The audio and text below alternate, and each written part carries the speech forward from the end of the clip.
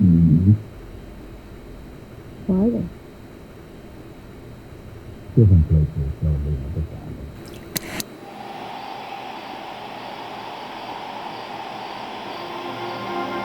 Gonna be okay.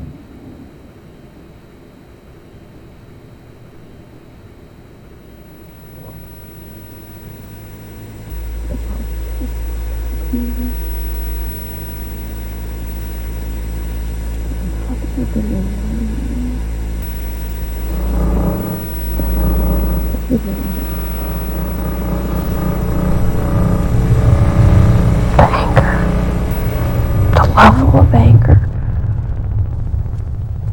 Everyone's just out to make everyone else not seem human.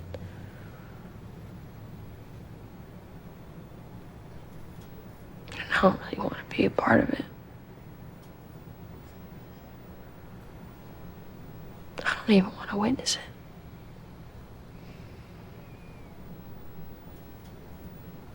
I'm sure it's not like the root of all my problems, but I definitely think about it a lot. Because thinking about those questions, those ideas, they're a large part of what makes this life worth living. Right? That's what I was talking about earlier. You gotta believe in the poetry. The value of two people sitting in a diner on Christmas Eve. Talking about life, addiction, loss. You don't want to be a part of it, Rue, because you care about the big things in life. I don't know if I care about the big things in life. Come on, now, of course you do. Because you obviously don't care about the small things, like being right or being angry. All the things that kill curiosity and keeps us all from looking deeper. You said it earlier. I love talking to you. Because we talk about the real shit. Shit that matters. Like, who do you want to be when you leave this earth?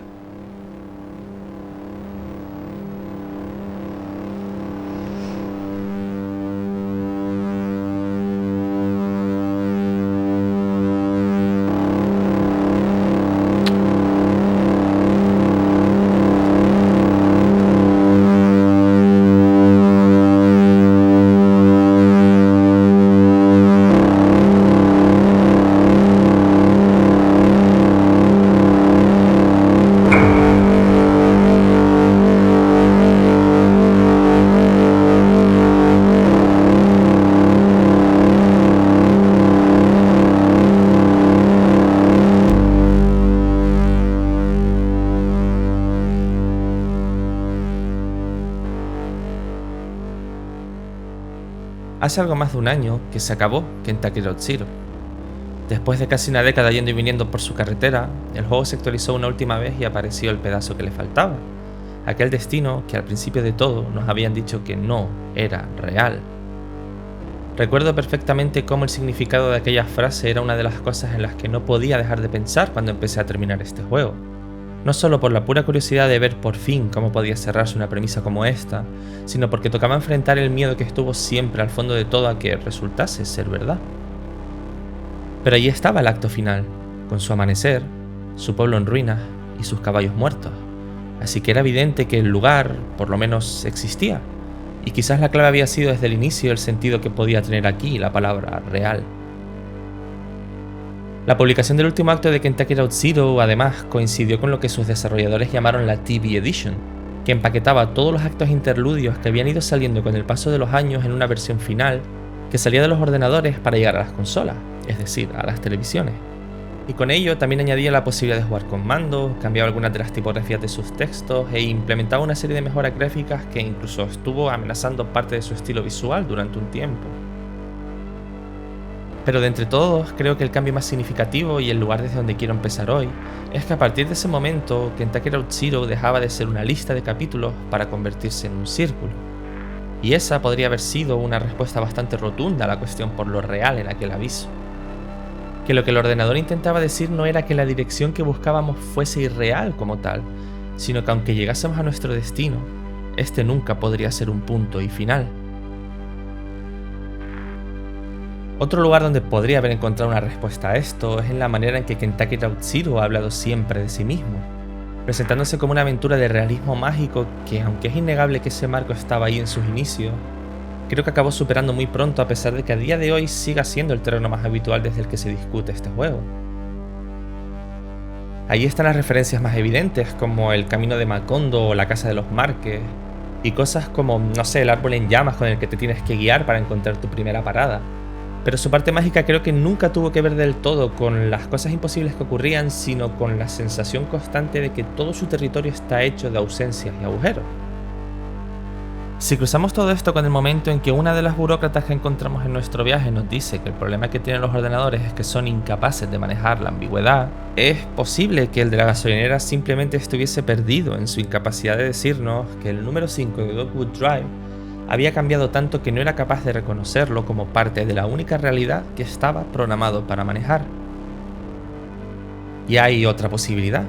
Esa que a mí me ha tenido dando literalmente vueltas por su último pueblo desde que acabé por primera vez Kentucky Route Zero, y que implica que el significado de este sitio solo podría encontrarse después de llegar a él, y que ninguna respuesta posible es realmente tan importante como la búsqueda de esas mismas respuestas, porque Dogwood Drive solo sería real a base de jugarlo. Esta es una línea de reflexión que sé que al principio puede intimidar un poco, porque a medida que se profundiza en ella va teniendo menos que ver con lo que Kentucky Route Zero cuenta y más con la manera en que se juega, con cómo está construido, cómo maneja la linealidad y la no linealidad, cómo abre huecos para que nos encajemos, cómo nos invita a proyectar una identidad efímera y cómo todo ello le da una materialidad difusa y difícil de perfilar con exactitud. Y a todo esto es a lo que quiero dedicar este vídeo, cogiendo un poco el guante a esa especie de trilogía que cerré en el anterior en torno a la agencia y a la manera en que puede entenderse el juego como el acto de interpretar, compartir y negociar el mundo. Porque creo que esa es la mejor manera de poder llegar al núcleo de lo que significa jugar a Kentucky Route Zero, no solo para su experiencia directa e inmediatamente personal, sino para un medio del que, y en esto parece haber bastante consenso, fue la obra más importante de su época. Y si lo fue, entre otras cosas, creo que es gracias a que demostró que el videojuego podía ser muchas más cosas de lo que dábamos por supuesto. O, aunque esto pueda sonar raro, muchas menos cosas de las que dábamos por supuesto. Y a cómo abría los brazos a que lo interpretásemos no desde su narración, sino desde la poética que lo atravesaba de arriba abajo. Una poética que empezaba como eso que Ali le dice a Ruo en el pedacito de euforia que abre este vídeo, y desde la que me gustaría reivindicar que, en contra de lo que también se suele decir sobre él, Kentucky Route Zero es un juego para todo el mundo. Porque basta con creer en la poesía, en el valor de ser una persona perdida en una gasolinera por la noche, con un camión lleno de antigüedades y acompañada de un perro viejo con un sombrero de paja.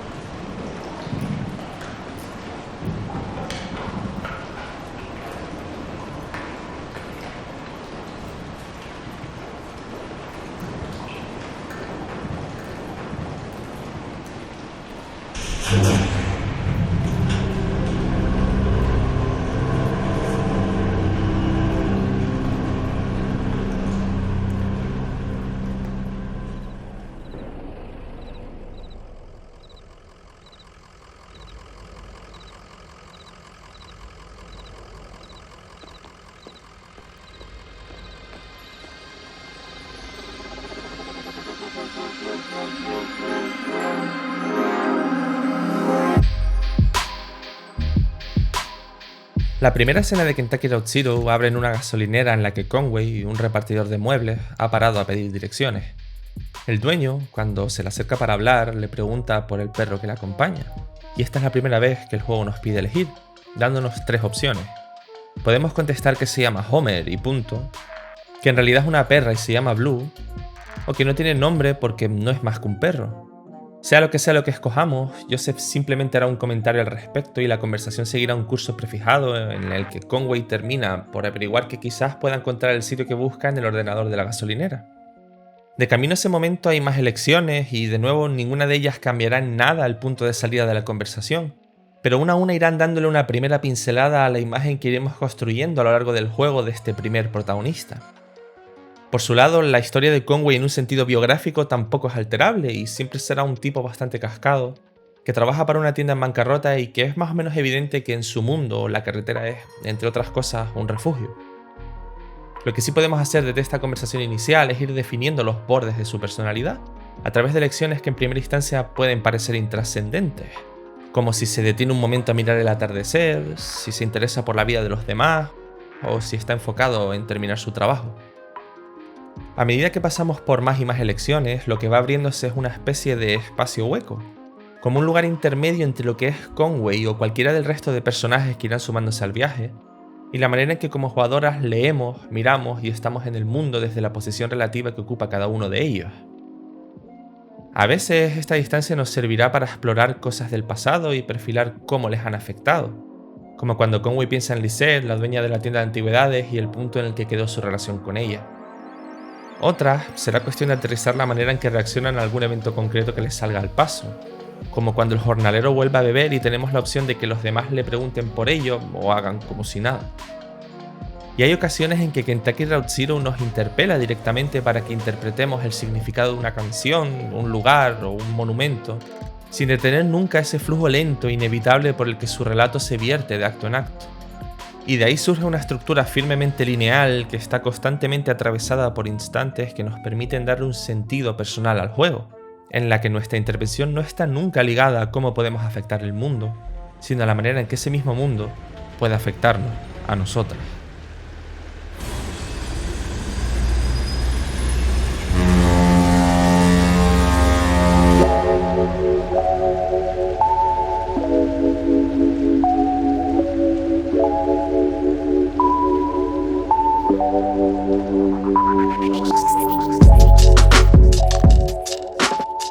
Hannah Nicklin, la diseñadora narrativa detrás de Mutazione y que cita Kentucky Road Zero como una de sus referencias, llama todo esto múltiples medios. So at the same time as providing a linear structure and experience which chimed with the more sort of conventional TV and film intentions of the creative lead, Nils Deniken, i.e. that there's one single story that every player experienced, one history which you're going through, whilst giving the player lots more room to discover more besides that main history. So how they encounter and build their sense of that history, of what's gone before and what's being written now, is very much down to their agency through exploration. The more that they explore, the more they're rewarded with more time in the community, which helps them understand it better. En Mutazione, esta exploración de la que habla Nicklin es en su mayor parte literal, ya que en el tiempo que hay entre los eventos que hacen avanzar su narración somos libres para ir y venir por la isla en la que ocurre el juego, para visitar a sus habitantes, charlar con ellas y participar de sus rutinas. Nicklin logra trenzar de esta manera la historia de reconexión entre la protagonista del juego y su abuelo que hila Mutazione, con la atención al impacto que tiene la chica en la isla y, en sentido contrario, cómo verse envuelta en las tensiones y enredos de una comunidad a la que no pertenece le van afectando a ella. En la práctica, esto no se manifiesta a través de nuestras acciones, sino de nuestras reacciones a los sucesos que van ocurriendo. Si, por ejemplo, cuando salta una pelea somos una Kai que se inmiscuye o una que intenta desescalar la situación a base de bromas, o si somos una Kai que llama todos los días a su madre para contarle cómo van las cosas, o una más independiente y alejada emocionalmente. Este espectro de posibilidades es a lo que la desarrolladora se refiere con los múltiples medios, que es de manera resumida una manera de entender las ramificaciones posibles de un texto digital como una herramienta expresiva y no como un recurso con el que controlar el mundo, De hecho, esta es una forma de trabajar muy cercana a la que Meg Giants tuvo con 80 Days, tal y como vimos hace un par de vídeos, solo que aquí no está tan enfocada a proteger el mundo de juego de nuestra intromisión colonialista, sino de resignificar la agencia de la jugadora, como el proceso de búsqueda del lugar que ocupa en una comunidad que le preexiste. Y de paso, liberar al videojuego de la típica noción de causalidad que en vez de en los medios está siempre tan centrada en los finales, y en la fantasía de que podemos resolver el mundo.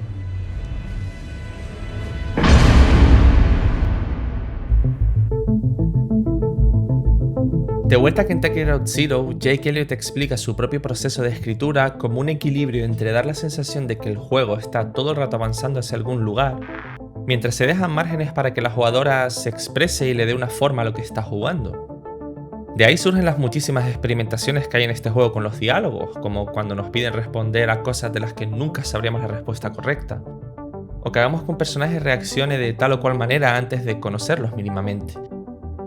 Y con todo ello crean las herramientas con las que Cardboard Computer nos descoloca continuamente entre la coralidad de su obra, haciéndonos saltar entre interlocutores en una misma conversación, obligándonos a elegir a cuál atender cuando ocurre más de una en paralelo, o incluso mostrándonos al mismo tiempo lo que piensan ambos lados a la vez. El objetivo, según el propio Elliott, es que, de manera contraria a la gran mayoría de conversaciones de videojuegos, no nos comportemos estratégicamente, agotando todas las posibilidades de la gente con la que hablamos como si fuesen surtidores de información. Porque si lo piensas, esa nunca es la manera en la que funcionan nuestras charlas reales. Pero también es una manera de maniobrar entre la forma y el fondo, porque la gente que habita en Kentucky Route Zero está desempoderada, desposeída de sí misma y con poco o ningún control sobre los retales de vida que les han quedado tras el expolio de una compañía eléctrica que les ha robado la tierra.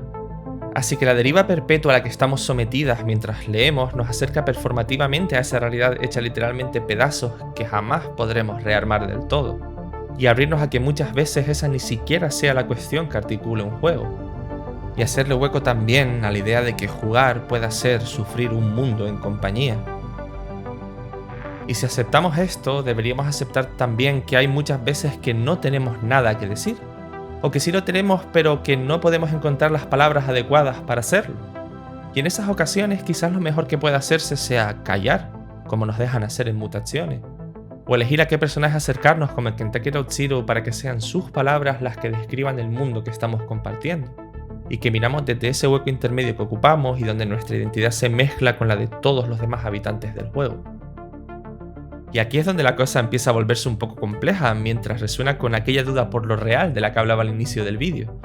Porque si lo que cuentan no es lo que Kentucky Route Zero dice en cada una de sus escenas, sino la manera en que entramos, nos movemos y salimos de ellas, podemos decir que existe una forma, un significado y un texto concreto en este juego.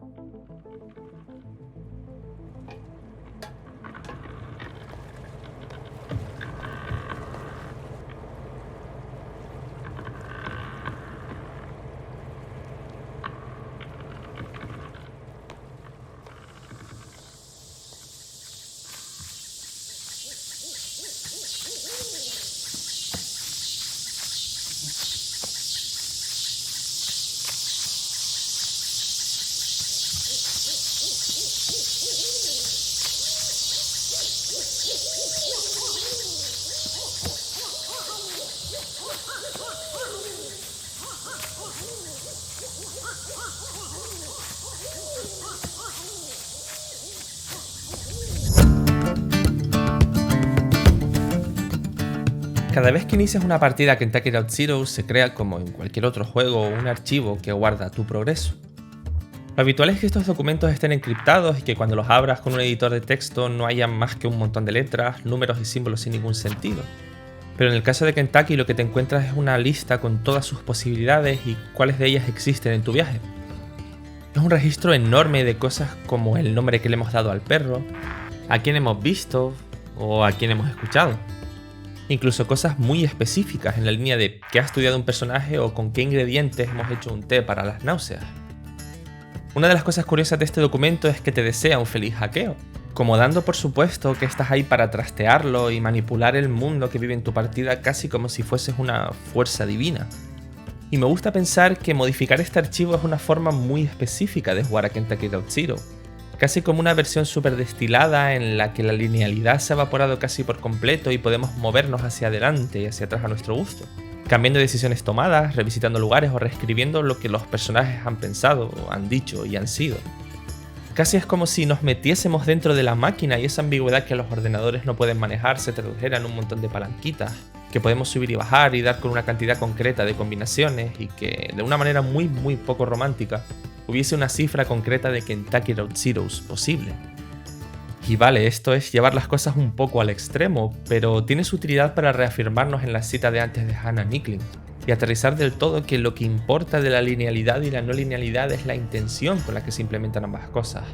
y la experiencia que son capaces de generar cuando nos exponemos a ellas.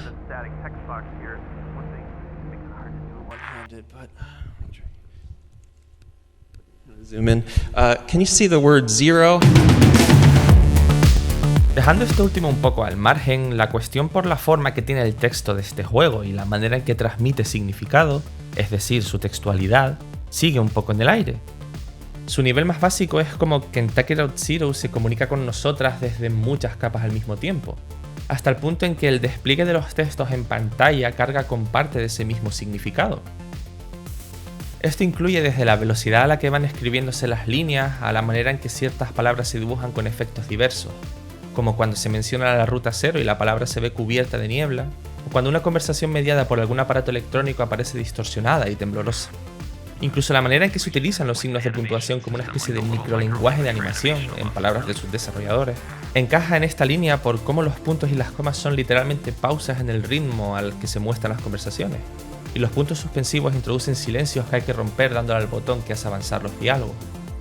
Pero todo esto no son más que las cualidades que Kentucky Road Zero presenta en cuanto a los pedazos de texto concretos que lo arman,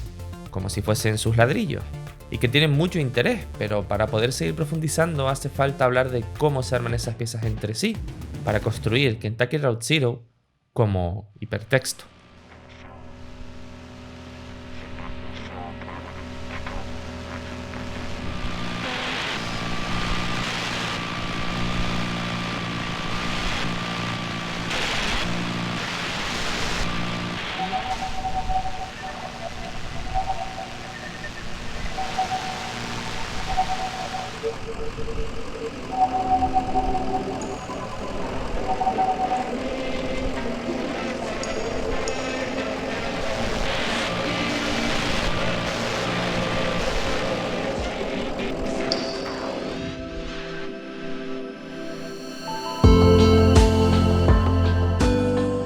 El punto de entrada más directo a este concepto en Kentucky Road Zero es seguramente su mapa, en tanto es una estructura de caminos que se ramifican, bifurcan y cruzan por todo su territorio, y que podemos navegar como queramos para encontrar los pequeños relatos que tiene repartidos.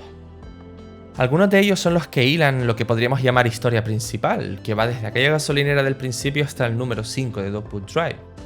Otros lugares están más apartados y no es necesario que los visitemos en el sentido estricto de que son rincones opcionales que amplían el cosmos de Kentucky Road Zero, tanto literalmente porque expanden los bordes de su texto, como en el sentido de que para llegar a ellos hace falta que nos entreguemos cada vez más a vagar por su espacio sin tener demasiado en cuenta el motivo inicial por el que lo estamos recorriendo. En esta segunda categoría podemos encontrar desde pequeñas ficciones interactivas en su sentido más clásico, es decir, microrelatos que nos ofrecen opciones para navegarlos, a toda la serie de experimentaciones que Cardboard Computer llevó a cabo durante los años de desarrollo del juego, imaginando todo tipo de formas en las que podría escribirse, navegarse y leerse un hipertexto, como una grabación de voz en una cinta magnética larguísima que se lee por grados y centímetros, un contestador telefónico de estos de apretar números para avanzar por su grabación, o una obra de teatro que solo progresa cuando miramos la parte iluminada de su foco. Y esto dentro de la pantalla, porque por fuera tenemos desde el guión de The Entertainment en que está basada esa misma obra de teatro, firmado por un ficticio Lem Doolittle, o el vídeo del último programa que una emisora de televisión local emitió antes de que se la llevase la tormenta del final del juego, o como una especie de puente entre ambos lados de la pantalla, puedes coger tu teléfono real y llamar al mismo número de antes y ver qué ocurre.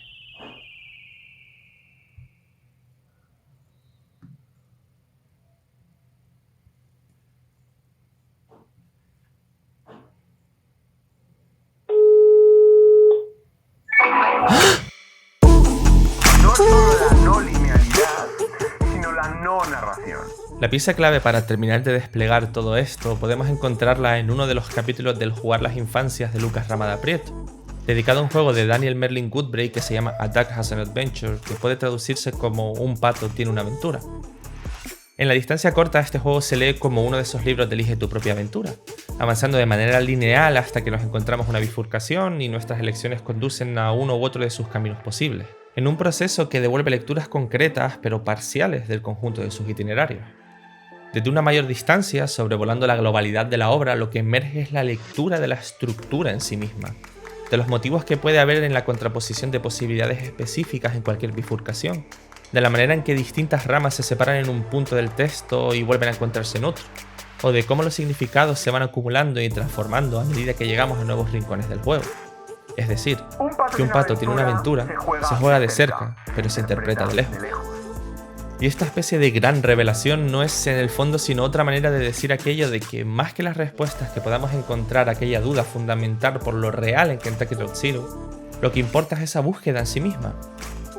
Jugar a un pato tiene una aventura devuelve en primera instancia el placer de navegar y descubrir ese quiebro constante de las expectativas que surgen entre lo que podemos entender como jugadoras que implica, por ejemplo, la tríada inicial entre una vida sencilla, una gran aventura o una educación.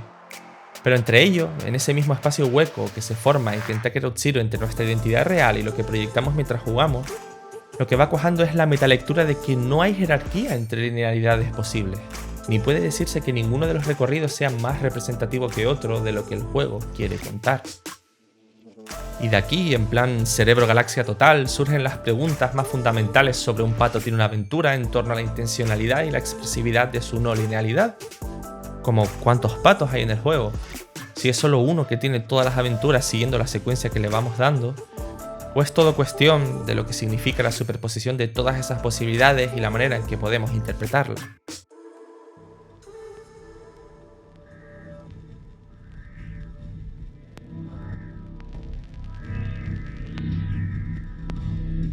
Hay un lugar en el centro de la Ruta Cero en el que este laberinto se ha convertido en una especie de trampa de ambición y romanticismo. En el sitio del que salen y al que llegan todas las cuevas bajo Kentucky Road Zero, donde está la sala del Rey de la Montaña, hay un ordenador imposible llamado Xanadu, que tenía como objetivo documentar su propia construcción. Como todo en Kentucky Road Zero, las interpretaciones posibles sobre el significado que tiene esta máquina son muchísimas. Podría tomarse como un homenaje a las primeras aventuras de texto digitales de las que bebe este juego, como Colossal Cave Adventure, o como un enorme esfuerzo en vano que se volvió obsoleto en el mismo momento en que se pensó y que remite a una época en la que la virtualidad estaba repleta de promesas de libertad y experimentación, que a día de hoy suenan, como mínimo, utópicas.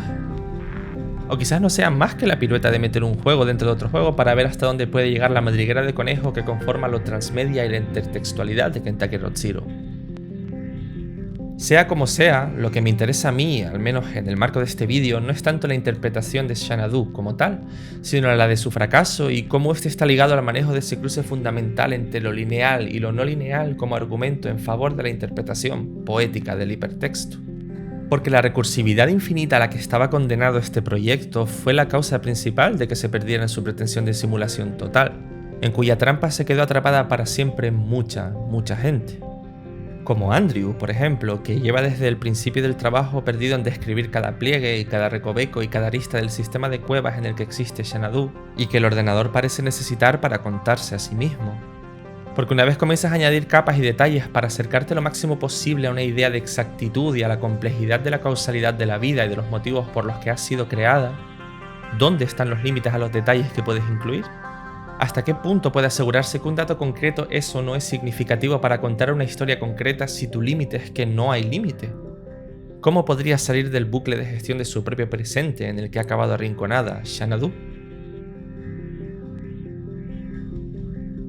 Para nosotras, en tanto gente que está aquí de paso, la base de datos de Xanadu no es más que el lugar en el que podemos por fin encontrar la dirección a la que ir para encontrar Dogwood Drive. Precisamente en el único ordenador con capacidad para manejar una ambigüedad que, como contrapartida, lo único que ha hecho es volverle loco. Pero la máquina como tal y los motivos por los que sigue funcionando a pesar de todo son una increíble metáfora de cómo puede entenderse el hipertexto no tanto como un sistema de ramificaciones con mayor o menor complejidad, sino como un micelo al que no paran de crecerle setas por todos lados como versiones posibles de un mismo relato, y que leerlo sea como salir a buscar esas mismas setas. Pasear lentamente con la mirada fija en la tierra buscando los lugares en los que afloran, en todo tipo de formas y colores, y recibir poco a poco el retrato difuso del territorio como tal, de su funcionamiento, de su equilibrio y de las relaciones que unen todas las partes de las que está compuesto. No necesariamente para cortarlas y llevárnoslas como una muestra concreta de su todo, sino como una forma de aprehender ese mismo todo como un ecosistema del que solo somos una pequeñísima parte, con nuestros pasos dejando nada más que un rastro por un Kentucky Route Zero que se juega como se vive, sin una dirección clara, guiadas por impresiones e impulsos, pero arrastradas por una corriente que no podemos controlar, solo interpretar.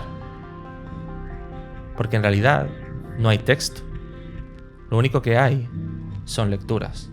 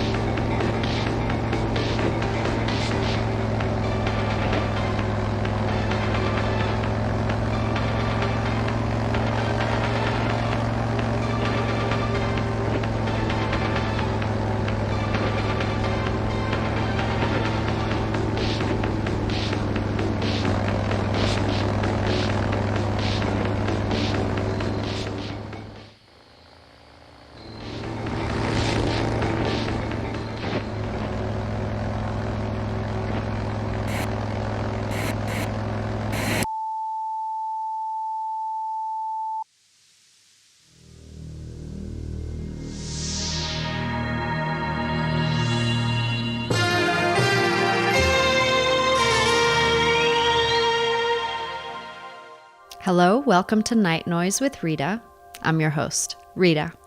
So tonight we have Junebug and they're going to sing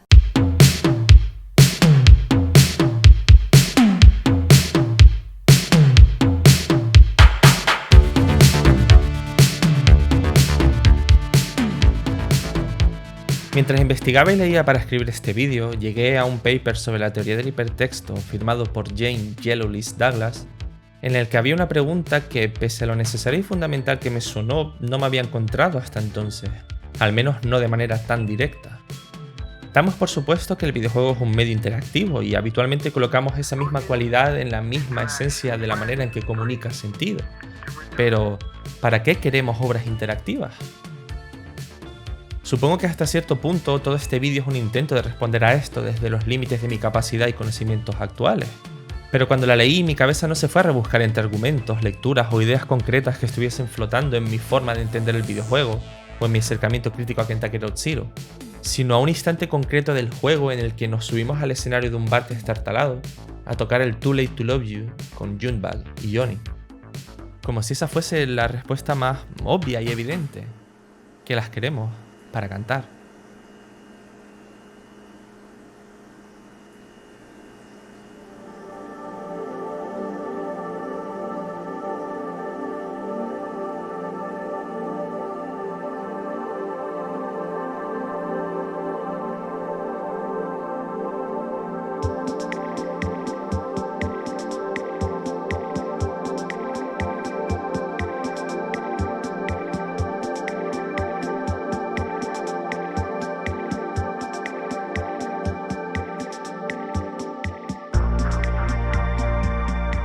Este es un momento verdaderamente mágico. Se apagan las luces, la pareja se viste de gala, el techo comienza a abrirse poco a poco para dejar ver la luna y una lluvia de estrellas, y comienza una música que se sostiene en el aire hasta que elegimos las primeras palabras de su letra. Como si todo Kentucky Route Zero estuviese concentrado en esta elección, todas las opciones vienen del mismo lugar, pero le dan un sentido ligeramente diferente a la manera en que sentimos lo que parece ser una ausencia. Y podemos arrancar desde el arrepentimiento, la añoranza o el deseo de haber tenido más tiempo con esa persona que nos falta.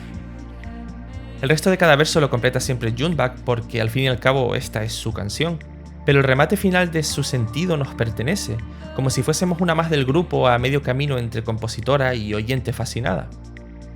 Y a medida que cantamos nos acercamos a la que creo que es la idea más fundamental para entender la manera en que funciona la participación en obras como Kentucky Road Zero, que leer hipertextos se parece mucho a leer poesía. Esta idea como tal tiene una larga genealogía que puede trazarse hasta el trabajo de teóricos como Michael Joyce, Reine Koskima o el propio Ramada Prieto en el vídeo que citaba antes sobre Un pato tiene una aventura, donde dice que esto de los hipertextos no va de la clásica estructura de alguien le cuenta algo a alguien que ocurre en un lugar y en un tiempo, sino de cómo podemos enmarcarnos transversal, diagonal y poéticamente cuando nos enfrentamos a ello.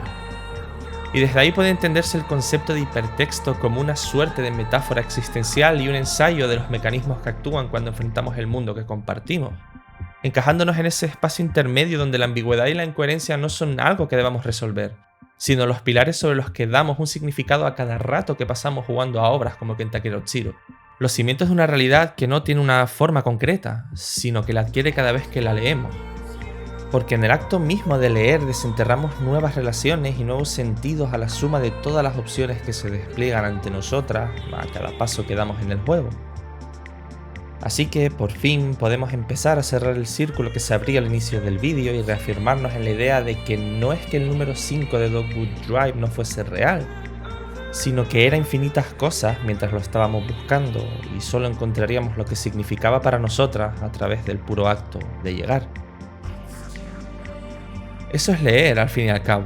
un acto expresivo que termina de crear el mundo, pero no desde esa idea manida y limitada de que la lectora es también autora de lo que lee,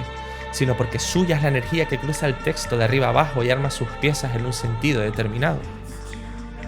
Y creo que, al menos en su mayor parte, es bastante evidente que Kentucky Road Zero es profundamente consciente de que existe en la acumulación de sus lecturas. Y buena prueba de ello es su modo multijugador, que invita a que nos sentemos en compañía a jugarlo y que cada vez que encontremos una imagen, un sonido, una palabra o una ausencia que nos recuerde a alguna de las otras personas que nos acompañan, le pasemos el mando, sin tener que dar ninguna explicación de por medio. Una propuesta que no tiene por qué acabar conceptualmente en el propio acto de colocarnos juntas delante de la pantalla, sino que, o al menos así lo entiendo yo, puede extrapolarse a cualquier proceso comunicativo de nuestras experiencias personales con este juego. Es decir, que cada vez que le dedicamos un texto, una imagen, una conversación, un podcast o, como estamos haciendo ahora, un vídeo, estamos jugando a Kentucky Road Zero, porque todo ello influye también en la manera en que nos proyectamos hacia el juego, como parte de ese magma en el que se funden nuestras identidades dentro, fuera y alrededor de un mundo que por encima de cualquier otra cosa, duele. Y en su dolor, creo que se hace fuerte aquella reivindicación del principio, que si hay un juego para todo el mundo, ese es Kentucky Road Zero.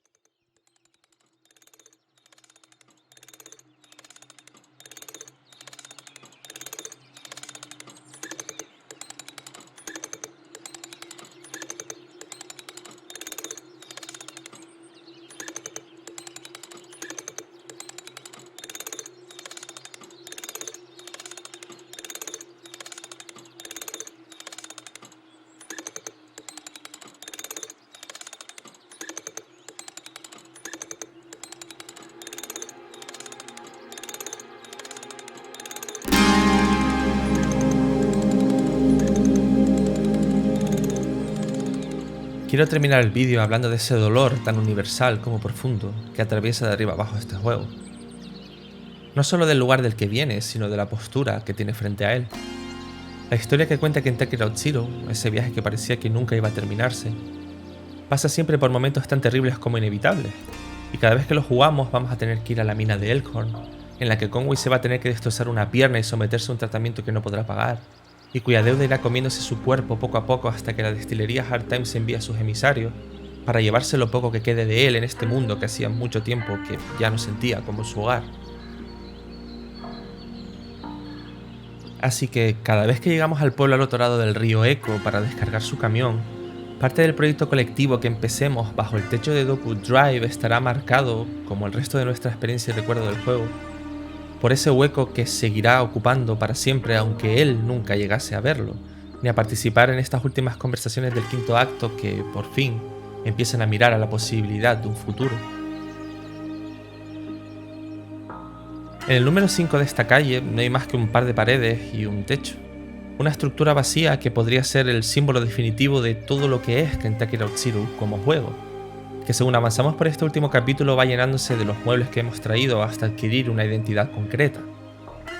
Puede acabar siendo una cocina, un taller, una librería, un escenario, un museo o una casa de perro. Pero de nuevo, y como resumen a todo lo que hemos ido hablando, lo que cuenta no es el resultado al que lleguemos, sino el acto colectivo de reclamación de ese espacio. Proyectado además contra todo el sufrimiento impuesto por la compañía eléctrica a este pueblo al que apenas le quedan los huesos, los escombros y las sombras. Y el significado de nuestro viaje y su final es algo que tendrá su remate aquí, pero que estará repartido por todo el recorrido, desde el mismo instante en que arrancó y empezamos a hacer con Conway, Blue, Shannon, Junebug, Johnny, Ezra y el resto de la gente de Kentucky Road Zero. Sin ser nunca del todo ellas, pero tampoco nosotras, sino la identidad proyectada, mezclada y construida en el espacio que habrá siempre entre sus vidas y las nuestras, y que lo significó todo mientras estábamos ahí, jugando y existiendo.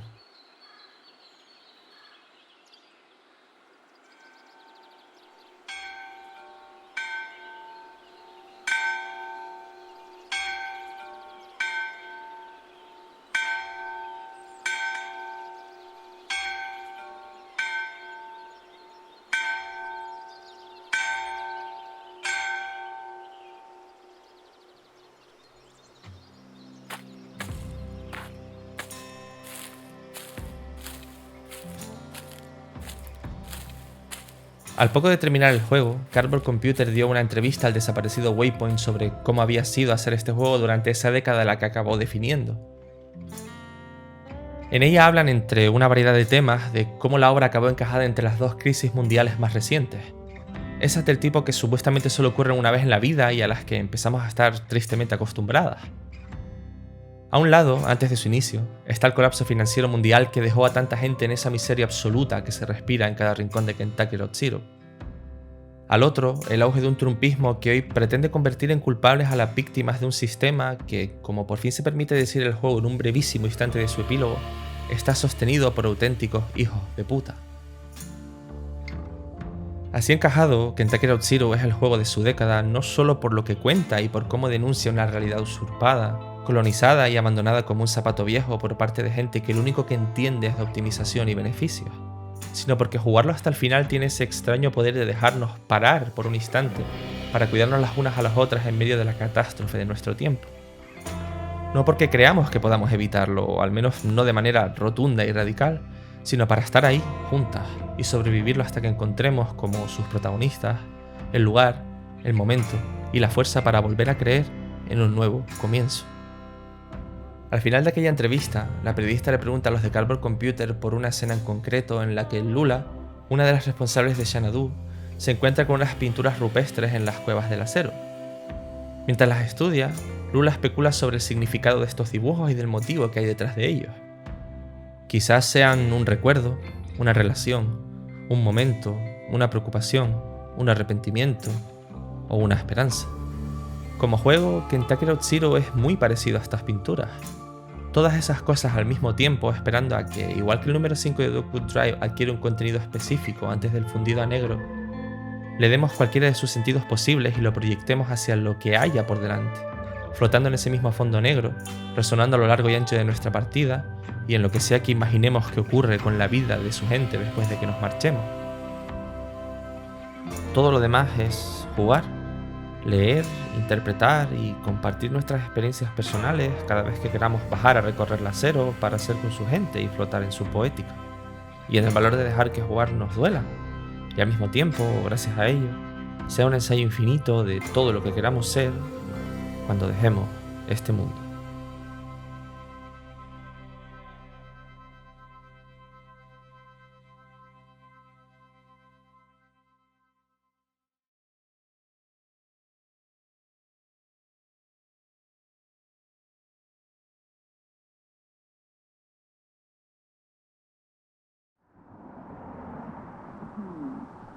Thank